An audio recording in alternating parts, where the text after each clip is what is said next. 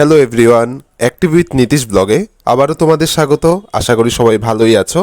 তো প্রথমেই সবাইকে জানাচ্ছি পৌষ সংক্রান্তির অনেক অনেক শুভেচ্ছা ও অভিনন্দন। তো আজ সকাল থেকেই তোড়জোড় শুরু হয়ে গেছে। প্রথমে সূর্যকে পিঠে দেওয়া হলো আমাদের বাড়িতে, তারপর ঘরে রান্নাবান্না শুরু হয়ে গেল, কারণ আমাদের বাড়িতে নিয়ম আছে যে মা লক্ষ্মীকে মাছ ভাত খাওয়ানোর।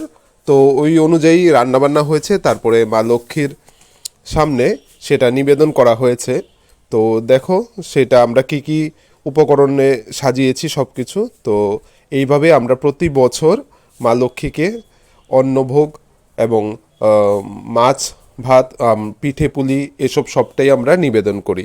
তো এইভাবেই আমাদের আজকের দিনটা সবসময়ই কাটে। তো তারপর আমরা সবাই মিলে মানে বাড়ির সকলে মিলে এই প্রসাদ গ্রহণ করি। তো আজকে আমার ছোট্ট ব্লগে আমি এটাই তোমাদের সাথে শেয়ার করলাম। তো আশা করি সবাই ভালো থাকবে, সুস্থ থাকবে এবং আমাকে জানাবে যে তোমাদের বাড়িতে এমন কোনো রিচুয়ালস হয় কি না। তো আজকের জন্য টাটা।